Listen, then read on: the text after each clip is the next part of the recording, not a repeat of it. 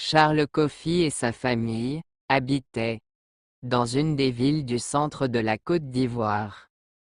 Monsieur Charles Coffey, instituteur à la retraite, et sa femme une ménagère, et ils ont 5 enfants, dont Esther la plus grande. Esther arrête les études au collège pour manque de moyens. Cependant le couple Coffey arrive plus à s'occuper financièrement des charges de la maison. Pour cela, la famille Coffey était tout le temps moquée par les voisins, car dans le quartier ils se disaient les uns aux autres que Monsieur Coffey a travaillé toute sa vie mais il n'a pas pu épargner des économies pour sa famille.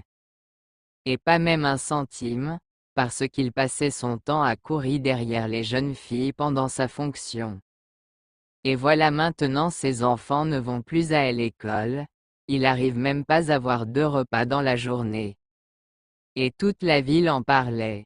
Fatigué d'être toujours humilié dans le quartier, et avoir cette mauvaise réputation, Esther demande la permission à ses parents d'aller chez son oncle à Abidjan, la capitale économique de la Côte d'Ivoire. Espère se trouver un travail avec son niveau d'études pas trop élevé. Cependant, Esther arriva à Abidjan avec la permission de ses parents et, pour sa première fois, elle est émerveillée par la beauté de cette grande ville, car elle a vécu toute son enfance dans sa ville natale où chaque famille se connaisse. Alors que Abidjan, elle voit des belles voitures, des gratte-ciel, des beaux jardins, des rues bien éclairées. Pourtant, toutes ces choses elle ne les voyait pas dans sa petite ville. Sur le chemin qui mène à la maison de son oncle, Esther est surprise de voir assez de personnes dans la rue. Quelque temps après son arrivée, Esther fait la connaissance de 2 amies. Rebecca et Priska. Rebecca et Priska sont nées à Abidjan, donc elles connaissent bien les rues de la capitale économique de la Côte d'Ivoire. Les amies d'Esther l'emmenaient dans les endroits bizarres. Et Esther avait commencé à fréquenter les boîtes de nuit, les maquis, et à fumer la cigarette.